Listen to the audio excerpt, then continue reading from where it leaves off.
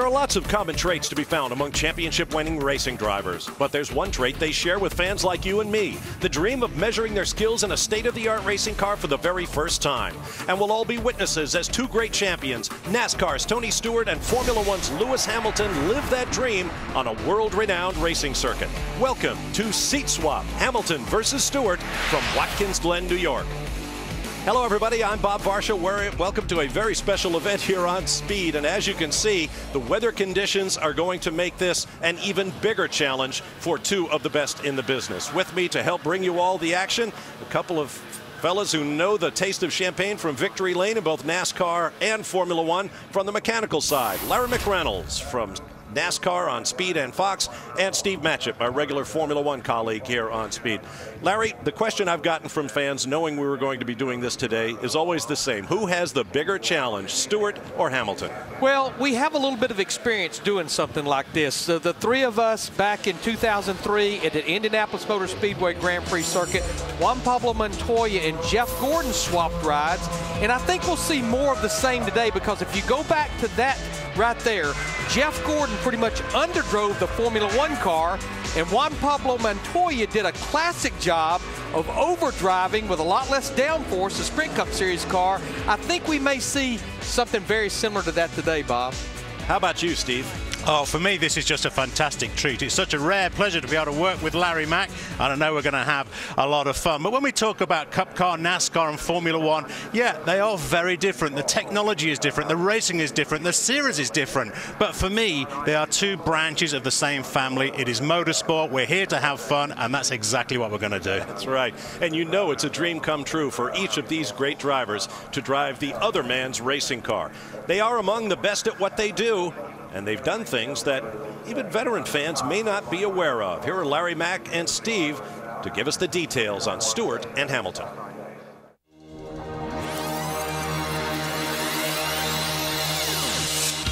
When race fans hear the name Tony Stewart, it's often in reference to his pedigree driving stock cars.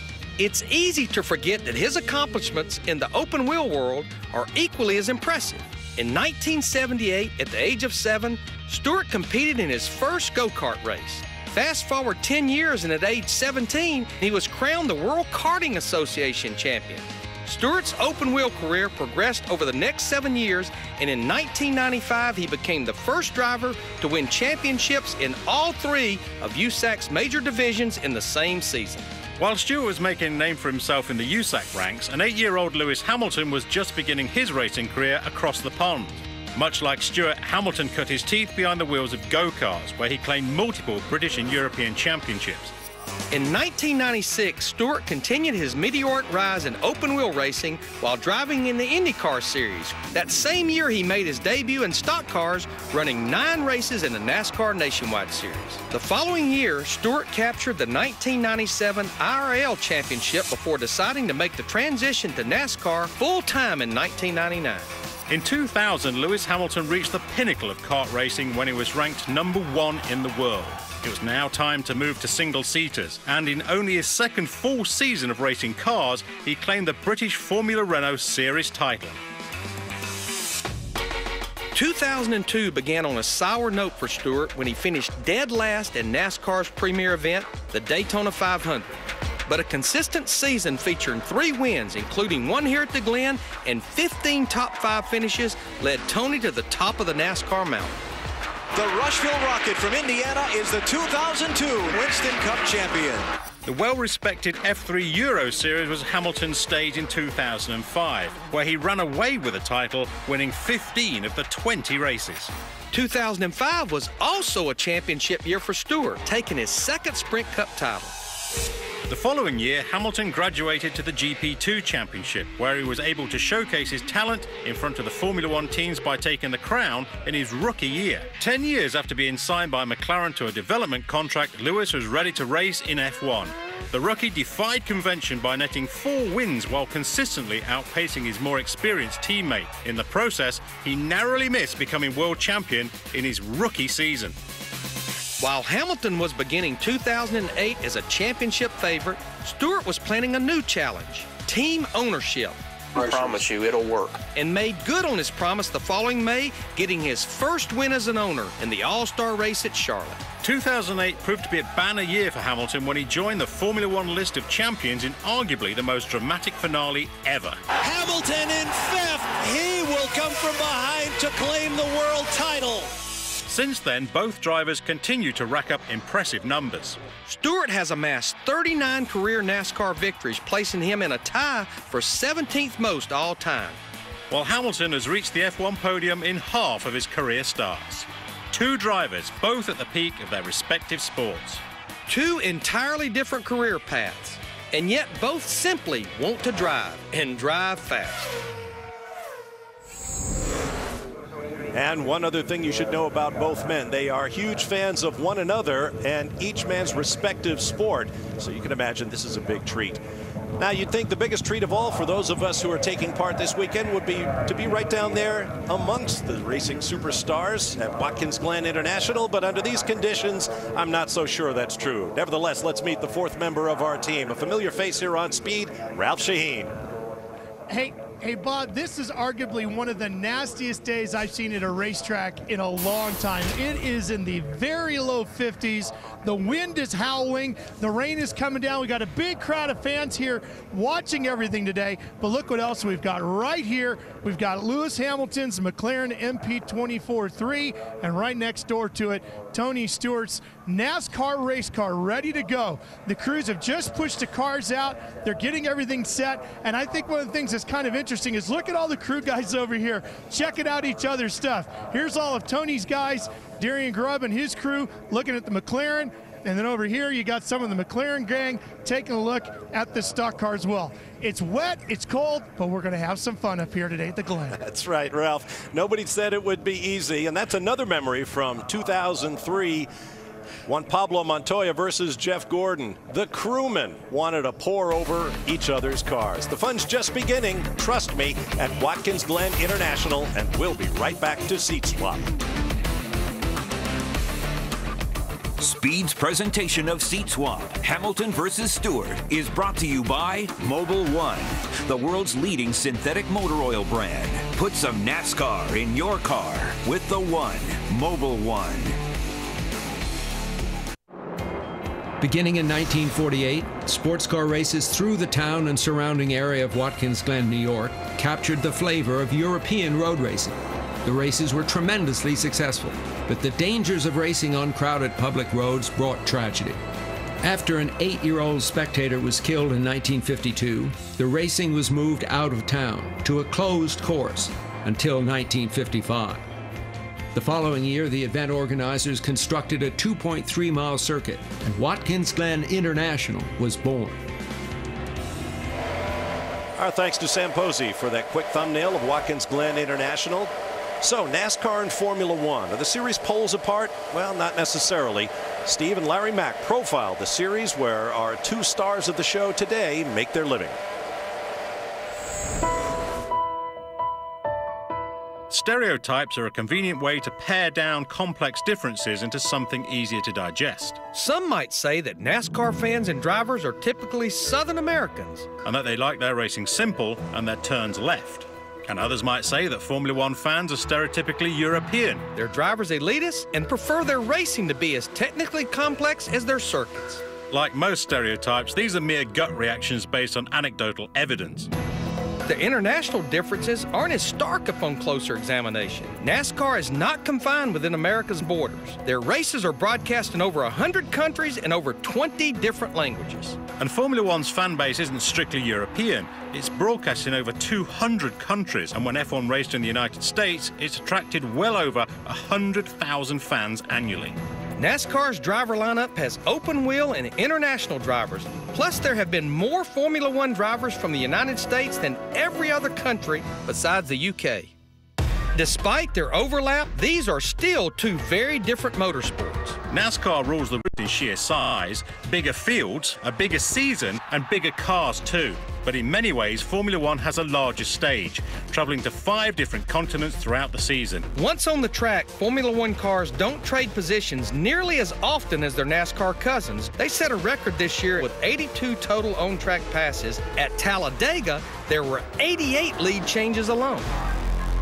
Technically, the two sports are also on opposite sides of the spectrum. Formula One has used computers for decades, providing teams with terabytes of live information every moment their cars are on track. NASCAR teams are not allowed to use data acquisition. Drivers and crew chiefs still rely mainly on experience and instinct. To gloss over these real differences between the sports would not be fair to either elite series and would miss what makes them both uniquely great.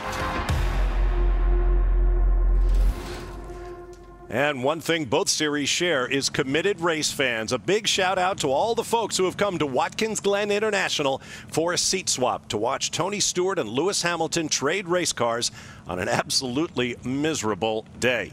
Well, we've heard about the series. We've heard about the drivers. Now let's hear from them. Lewis Hamilton and Tony Stewart standing by with Ralph Shaheen. Well, the cars have made their way out to the track, and now so have our drivers. We have Lewis Hamilton with us and Tony Stewart. And Tony, let's begin with you. I haven't seen you giggle this much in quite a while. You look like you're a kid in a candy store today. Yeah, this is an early Christmas present for sure. It's an opportunity of a lifetime, and thanks to Mobile One, we are going to get to do something I've only dreamed about. And before that, you got to go take the Cup car out for Lewis, and you got rain tires on this thing, something you don't do a lot as well. How's that going to feel, do you think? I don't know. I think it's going to be just as odd trying to learn the Cup car in the rain as it is the F1 car in the rain. So the good news is we're going to get a chance to run our own cars first, and I've spent some time with Lewis, so I'm very comfortable knowing that whatever information he tells me is going to be spot on. Lewis, what are your thoughts on the Cup car? What has Tony told you already? Well, we've had a brief discussion about it, but I think we were just saying that probably when we get out there, we'll have a better feeling for what our cars need and give us each other a little bit more information. But I'm seriously so excited to get out on this thing. I mean, it's so much different to what sits over here. You know, we have a much lighter car. It's just different kind of science, but it's against the same kind of we're still going for the same goal, is to win, which is to win. All right, Lewis, great to have you here at Watkins Glen. Guys, these guys are going to get strapped in their cars, and we're going to get this show on down the road. All right, thanks very much, guys. The cars will be warmed up, and as you heard Ralph explain, Tony will take some laps in the stock car, Lewis in his McLaren, and then they will swap. Stay with us. The boys will mount up shortly.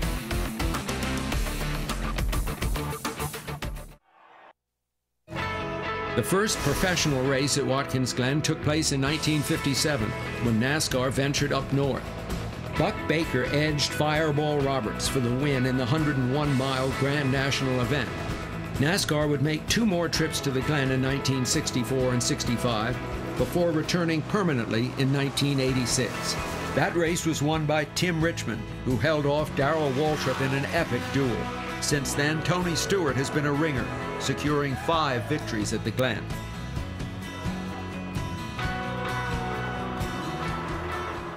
Today we're using the full international circuit for seat swap, and right now Tony Stewart and Lewis Hamilton are in the race cars they're familiar with.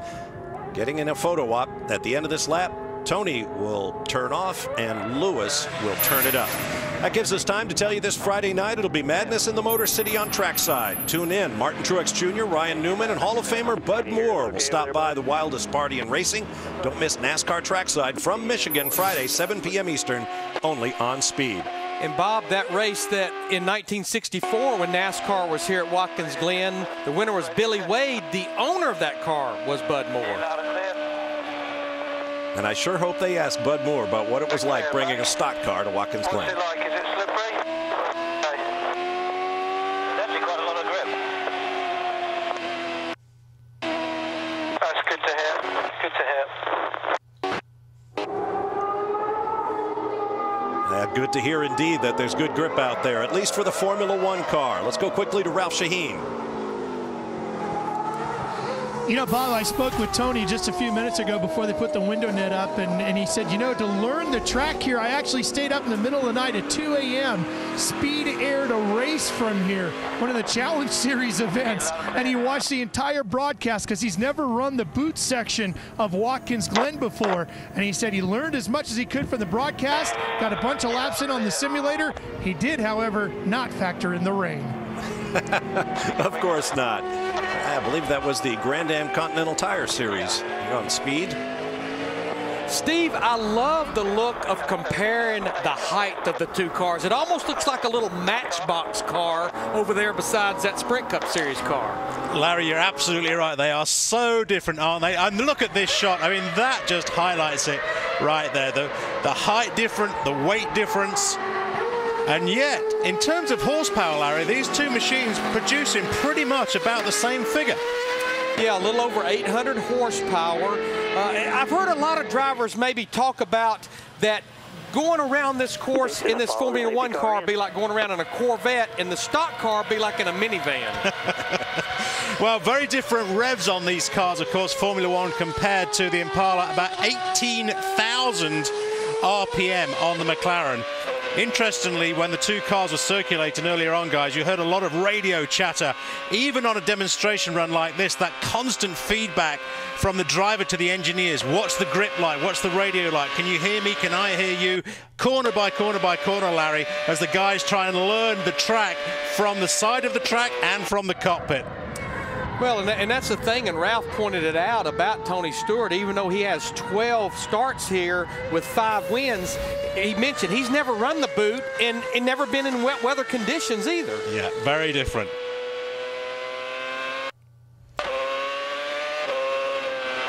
Lewis's McLaren here is the MP423. Chassis number 2. We had a good shot of the chassis plate earlier on. This is the car that he won with at Silverstone, took his championship, his driver's championship with this car. And if you look around the car, you'll see an awful lot of appendages, wing configurations on the car, everything to try and generate more downforce. As Bob was saying earlier on, Formula One, all about downforce. Well over 4,000 pounds of downforce created by this McLaren. Well, while Lewis continues to get the feel of the international circuit at Watkins Glen, we should point out he's not the only Formula One driver in the house. Here's Ralph Shaheen. That's right, Bob. We got the great David Coulthard here with us. All right, DC, you got to drive the pace car for these guys as they went out. How's the track look? Well, the track, it started to rain a little bit as we're speaking, but it actually was as dry as it's been all day. So as we're just going to hear Lewis pass by on the pit straight here. I think you call it wide open out here, so there's no question he's flat out. And it's great because we've got a lot of race fans that have come here to see this Mobil 1 car swap. Now, when you and I were talking moments ago, you were saying there's some sections of the track that he might never have seen before as far as the construction of the racetrack, and especially some of the cement pads. Well, that's my first experience of running on cement or concrete, and there's a few of the apexes here where you have this strip, which I was pleasantly surprised this morning to find has a lot of grip in the wet.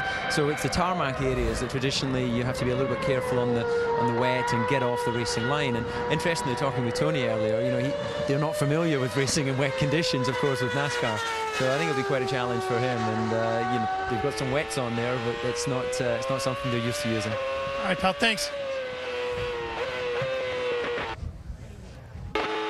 As you hear the pop of the transmission shifts in the McLaren, that's another distinct difference between these two kinds of race cars. Tony Stewart's having to reach down for that shift lever and his 4-speed. Lewis Hamilton has 7 speeds and incredibly quick semi-automatic shifts. Yeah, and again, the Sprint Cup Series cars, they never run the long version, but I know in the short version, they'll shift about 9 to 11 times per lap.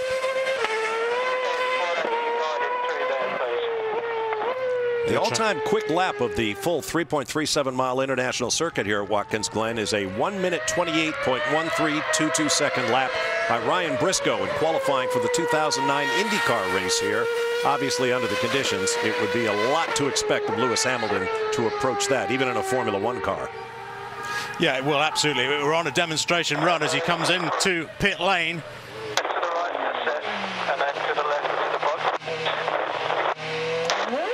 Now, 2 or 3 things they did to the Stewart Haas number 14 car for these wet weather conditions is you see the windshield wiper, plus they also put a defogger at the base of the inside of the windshield. And I'm sure Tony is glad they did. Lewis Hamilton is out of the car. Ralph Shaheen is with him. All right, Lewis, so how was the car on Watkins Glen in the rain? It was awesome. It was absolutely amazing. There's so much grip here. So there's a lot of grip. I was expecting it. I think it's just damp, so it's not too slippery out there. And I mean, for me, getting back in my old car, it feels fantastic. You know, I won quite a few races with that car. I won the World Championship, and to get back into it, going back, it's like going back in time. But this track is absolutely fantastic. It really is. DC was talking about when he was driving around the pace car, how there were some sections of cement and concrete and things like that that he's not used to driving on, but was surprised about the amount of grip that he found there. Did you have the same experience? I did. I was thinking perhaps that you'd have to go off.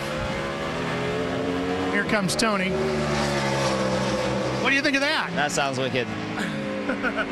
That sounds wicked. Yeah, I wasn't expecting to have so much grip out there, but even though there's different surfaces all the way around, the grip is very good. So, you know, I think Tony's going to enjoy it. It's interesting, guys, how much both of them are enjoying the sound of each other's cars. Exactly what I was about to say, Ralph. As soon as Lewis heard that big V8 come booming up the front straight at Watkins Glen, he wanted to stop the interview and watch it go by. I don't think we have an official full international circuit stock car record. So Tony's going to make a little history, and we'll be back to do the seat swap. In 1961, the FIA granted Watkins Glen the right to host the United States Formula One Grand Prix if the event could be organized in just 6 weeks. And on October 8th, the Glen was ready. Jack Brabham and Sterling Moss put on a show, swapping the lead throughout the early laps. Both men would retire with mechanical problems, and the winner was Innes Ireland, who charged through the field and gave Team Lotus its first ever Grand Prix victory. Formula One raced for 2 decades at Watkins Glen, and a lot about this Finger Lakes region of New York went into history, including the Glen Motor Inn, where most of the drivers stayed, still run by the Francisi family. The seat swap has begun. You're on board with Lewis Hamilton in Tony Stewart's NASCAR Sprint Cup car. While he makes his way around, we want to remind you, June 24th, Orange County, California becomes home to the greatest collector car event of the world, Barrett-Jackson. The coolest cars on the planet will all be in one place and all up for grabs. Check out Barrett-Jackson beginning June 24th, 5 p.m. Eastern, live on Speed. You know, Steve, I found it interesting, the conversation between Tony Stewart and Lewis Hamilton about the brakes a while ago. You know, these Sprint Cup Series cars, it's cast iron rotors with 4-piston calipers, pretty much all the brake that the 4.5-inch offset inside that wheel will take. Yeah, absolutely. And very, very different in the Formula One car, where it is fundamentally sintered carbon. And it takes about 6 months to produce a carbon brake disc. They start off with a cobweb of rayon and then fire carbon atoms at it in a furnace. Get the thing unbelievably hot, but you do end up with incredibly efficient brakes. But you're right, Larry, when we were listening to the two guys talking there, they're having tremendous fun. They've obviously got great respect for each other, and when they're just trying to feed that little bit of information off each other about the brakes, they are very, very different. Lewis will find it extremely different in this car here, because just lifting off the throttle in a Formula One car with the aero drag across the wings, you get massive retardation even before you touch the brake pedal. Looks like it's drying out a bit out there. What's the over-under on one of these guys coming in and asking for slicks? Well, the good thing about Lewis Hamilton right now, he won't know the difference in feel between our dry tires or our wet tires on a stock car. The thing that strikes me, Larry, straight off is how very different the driving position is between the Formula One car and the Impala, where Lewis is now having to sit very upright with the steering wheel very close to him. Lewis and Tony are talking it over. Steve, I got to believe the other difference is Lewis Hamilton, I think, sits right in the middle of that Formula One car. Now he's all the way over to the left side. You're absolutely right. Here's a part of the track Tony was warning him about, the bus stop chicane. Watch the brakes. Yeah, just heard Lewis Hamilton on the radio there saying this is absolutely wicked. I mean, he is having a lot of fun. Saw him hit a little bit of the curbing there in the second corner of the bus stop. That's something the stock cars fight there a lot when we race there. I mentioned earlier that I'd ridden in a stock car around Mazda Raceway Laguna Seca with Kyle Petty, and the other thing I realized about these cars, Larry Mack, is that they road race pretty well, and you can use a lot of curbs with the stock car. Well, they really do, and these drivers like Tony Stewart, they'll use the curbing a lot of times to make the car turn.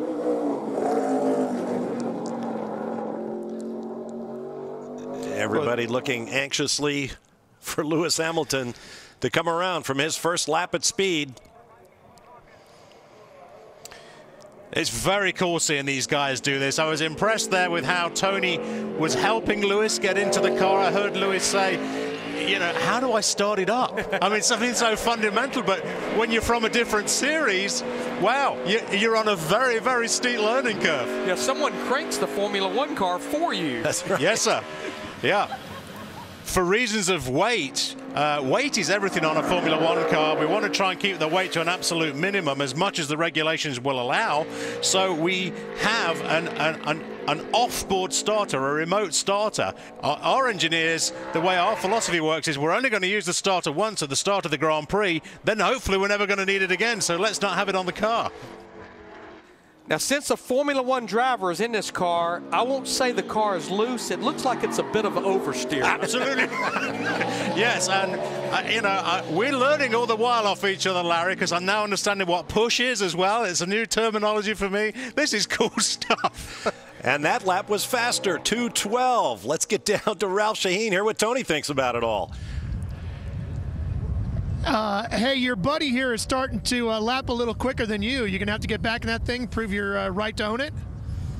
Don't worry, I still pay the checks on it, so I'm pretty sure I'm all set there. But no, he's doing a really good job. It's fun. He's out there chatting on the radio and having a big time, so that's what it's all about today. What surprises you the most about how he's driving that car right now and how quick he's adapted to it? The hard part is I don't have a monitor to see his lap, which is it's killing me. I want to watch his laps running around there because you can tell it's drying out and it's getting some of the grip back. And I can promise you, he is hustling it as hard as he can. So it's fun watching him come off of here because he's giving it 100% on the exits for sure. Now, of course, he's also raising the bar of what you got to do when you get in the McLaren. Yeah, I'm not going to even try to beat him on this. The penalty if you miss here is huge, so I'm going to go have fun with it, though. All right, guys, back to you. All right. I'm impressed with the way Lewis is adapting to that stick shift. Formula One drivers aren't used to that. I recall the Australian Grand Prix last year.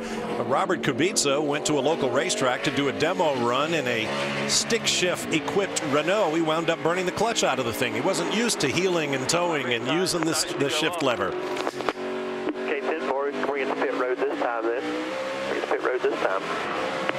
Going to pit him this time. Sorry, I didn't hear that. Oh, yeah. He heard it. I didn't hear you. You want me to do what? Sorry, radio problem. No. He does not want to come in, guys. That is sure. Bring it to pit road next time. They may actually have to block the track to get him off.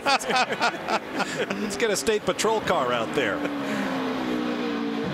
He's definitely getting a little more and a little more aggressive with this stock car. Quicker still, 2:11 unofficially. No problem.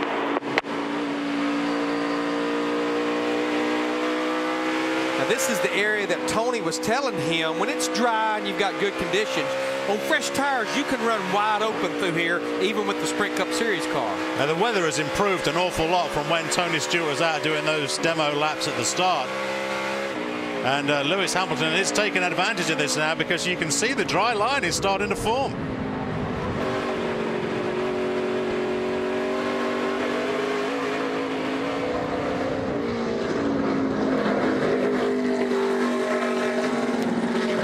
Down through the outer loop.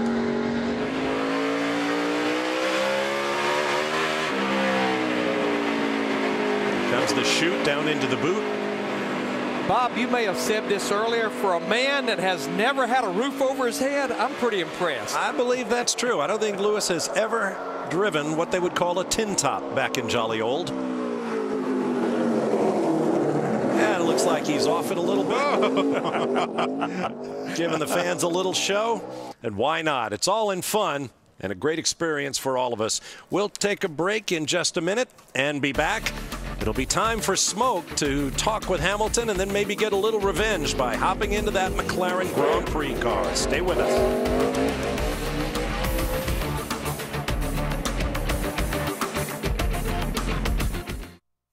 1971 marked a turning point for Watkins Glen. After raising $3.5 million, the Watkins Glen organization lengthened the course, upgraded the facilities, and improved safety measures. These changes made it one of the premier racing circuits of the world. I loved the Glen when they extended the course.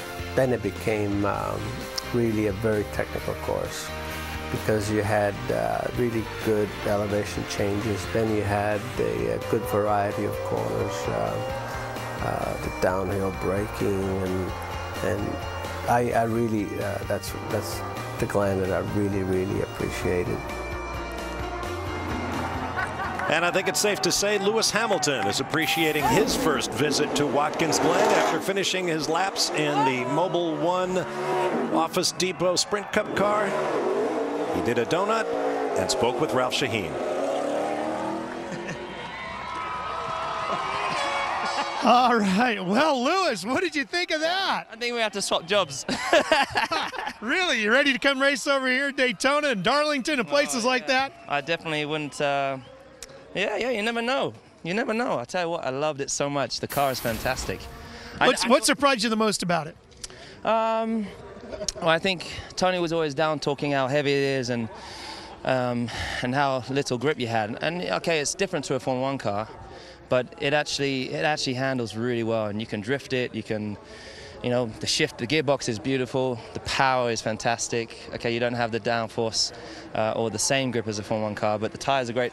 I think these tires overheated, so yeah, there's not much left of the tires, but it sounds cool. You hear it on TV, and you think, oh, that would be wicked to try it, and I was just smiling the whole time. How much grief are you going to give him since you were quicker than he was? I was? Yeah, oh yeah. Healthy too. I was enjoying it. I want to go back out. Well, you know, if you're not so much fond of the stock car thing when we're all done here, the way you were doing that burnout there, we have another series over here called the NHRA. You could give a guy by the name of John Force a run for his money too. That was a pretty good burnout. That's all good. I enjoyed it. I didn't know whether it was actually going to work, but you can make a lot of smoke with this baby. That's why it's got smoke on the side. Cool. Well, you heard Lewis Hamilton say never. At this point, it's probably worth remembering that back in 2003, when Pablo Montoya tried a stock car, 4 years later, he was a NASCAR regular. Who knows what the future holds for Lewis Hamilton. Time for Tony Stewart to get his dibs in. He'll climb into the Formula 1 McLaren when we return.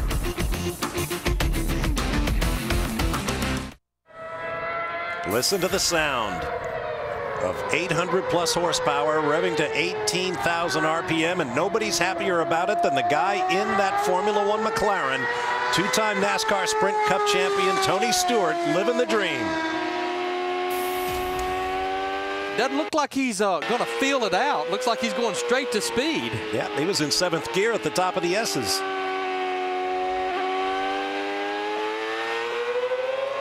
Here's the part of the track that he doesn't know well, the boot at Watkins Glen International.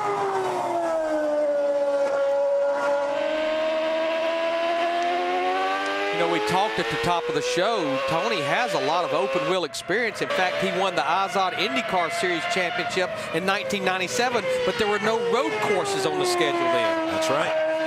And of course, all of his dirt track experience, including multiple USAC championships, were on oval tracks. You'll see here, right in the middle of the screen, the transmission number, which ratio is in. 7-speed box. And as we were talking about earlier on, Larry, in the McLaren, Tony will be changing up with his right hand and down with his left hand. You can sometimes just see the driver's hands just playing with the pedal at the back. Lewis Hamilton looking on from the pit wall. And Tony's dad. Nelson. Yeah. Hangs out a lot with Tony these days. So, 4th gear, 5th gear. The lights at the top of the dash you see flashing across the top are upshift lights to give the driver an idea of exactly when to change gear. Because these things rev so high, as we were saying before, there's very, very little lag. The things pick up revs incredibly quickly. So the drivers like to have a visual cue as well as when to snatch that next gear. Steve, I would say as low as these things are to the ground, we talked about in the stock car, the NASCAR car, using the curbing. Yes. I'd say you want to stay off that curbing with these things, don't you? Well, you know, certain tracks you have to use the curbing, Larry, and you have to have the car set up to do that, to be a little bit more compliant over some of the curbs. But the big difference between you guys and us when we're setting the car up is we have that flat bottom with the wooden plank, a composite board underneath the car for legality reasons. And if the drivers get too much curb, and there's so little suspension movement that it's very easy to turn the thing into a surfboard.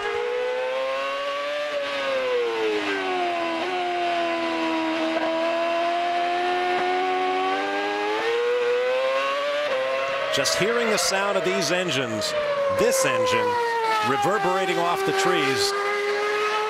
I've always thought bringing Formula One back to Watkins Glen International would be a race that would need no promotion, because there are multiple generations of U.S. fans out there who would be here in a heartbeat with friends and family to see Formula One back at the Glen.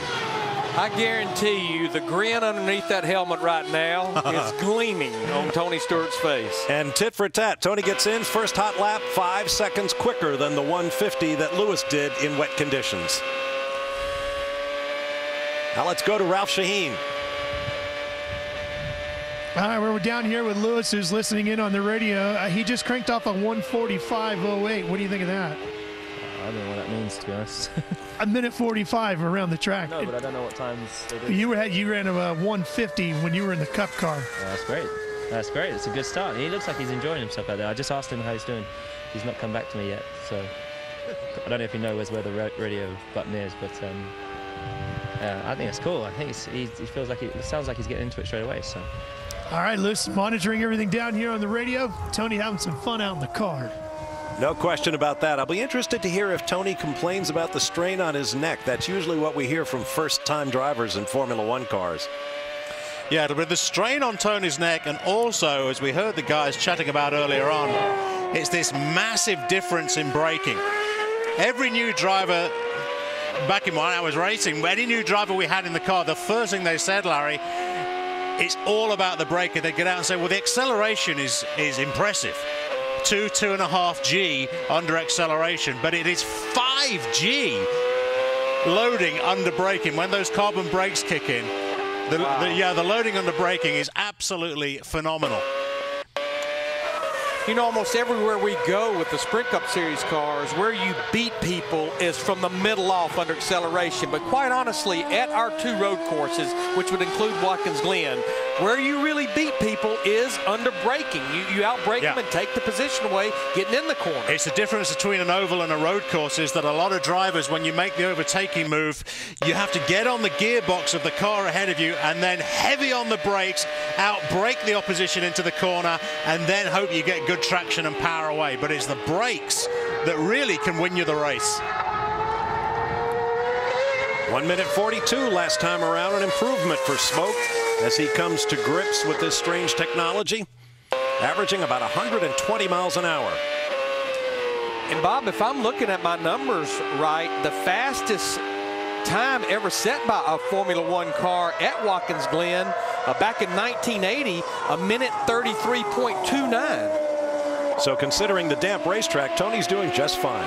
Never run the boot before, and on wet tires, wet weather tires. Yeah.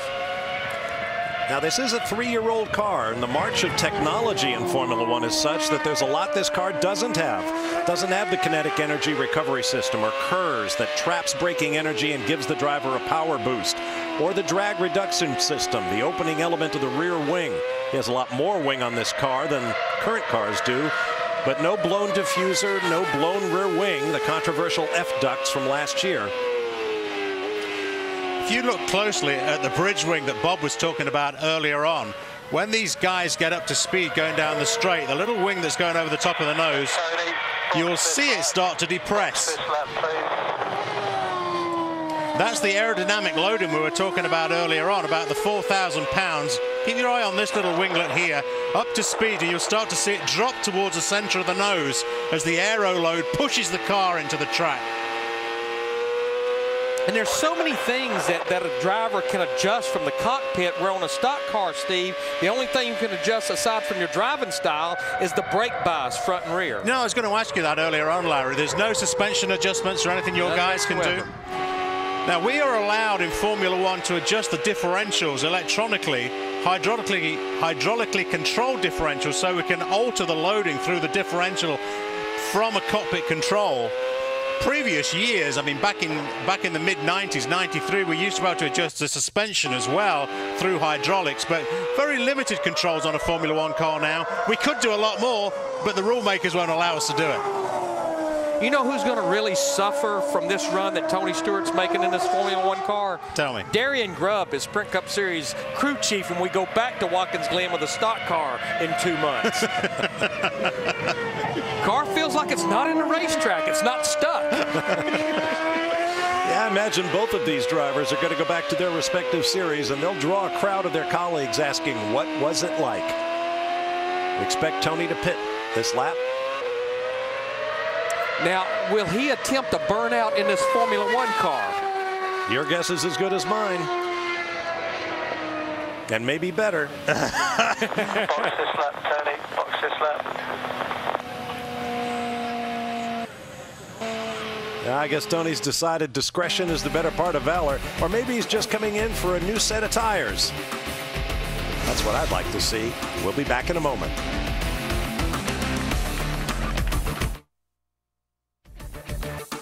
Speed's presentation of Seat Swap, Hamilton versus Stewart, was brought to you by Mobil 1, the world's leading synthetic motor oil brand. Put some NASCAR in your car with the One, Mobil 1.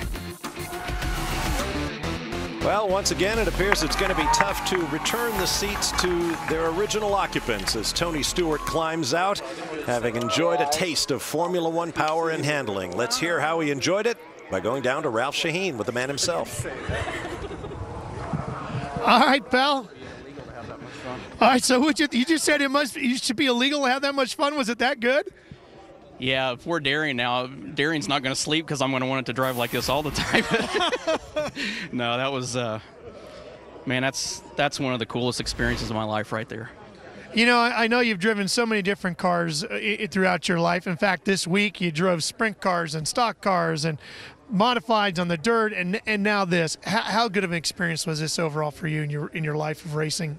Well, you know, when you grow up as a kid and you start racing go-karts, you never dream that that's the level that you can get to, and you never dream that you even will have an opportunity to do what we just did today. And just so thankful to Lewis and his team.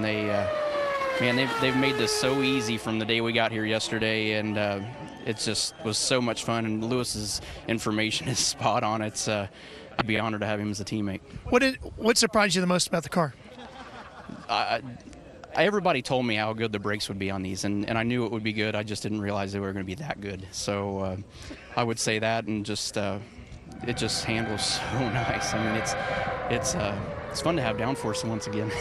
And oh, by the way, he beat you in the Cup car, but you were faster than him overall out there. So you know, you got that little dirt track. You can invite him to that. I think we both got it by default on a dry track when we both went out, but. Yeah, absolutely. It would be fun. If as much fun as he had in the Cup car, I would love to get him Del Door in a dirt car. I think he would have a blast. All right, Lewis, what do you think? The invitation's out. Want to go learn how to run a sprint car? Yeah, I mean, Tony's been fantastic today and to let us come down here today. And I'm so glad that I was able to bring the car back in one piece. And I knew he was anyways. He was going to bring the car back, no problems. But he looked like he had a great time out there. And I'm freaking buzzing inside. I want to go back out again. I think we should get some slick tires and go back out, huh? I know. Yeah? I think we're going to do that. Slick tires it is, Bob. And you know, the other thing that I think that was really cool about this whole day, Bob, was the two of them became really good friends. At one point, Lewis took pictures on his phone of Tony getting in the car, and he says, "Don't worry, I'll email them to you." Well, it's time to start wrapping things up here from Watkins Glen and Seat Swap. But for the record, while we're in break, before Tony climbed out of that Formula One car, Larry McReynolds said the guy I feel most sorry for is Darian Grubb, especially when they go back to Watkins Glen. But, you know, studying these two drivers' resume, I think no matter what track you carried them to, what race cars you put them in, they would be successful. I've never been to Monaco. Steve, you've probably never been to Martinsville, but I know I always enjoy doing a broadcast with you guys. Absolutely. Steve? I never have, Larry, but I tell you what, if you want to invite me, I'll invite you down to Monaco next time I go down there to do a race, that's for sure. I will say, we've had an absolute blast here. We've opened the door to one another. We've had a party. Everybody was complimentary about the equipment. The driving was great. Fabulous day. No question, it's been great fun, and once again, congratulations to all the fans who sat through the rain to watch their heroes in action. They obviously had a great time, and we hope you did too. Seat swap with Tony Stewart and Lewis Hamilton. I like their idea. Let's put slicks on and go do it again. Hopefully we will sometime soon. Thanks also to the folks at Mobil 1 for making it happen. For Larry McReynolds, Steve Matchett, and Ralph Shaheen, I'm Bob Varsha. Until we see you again, so long, everyone.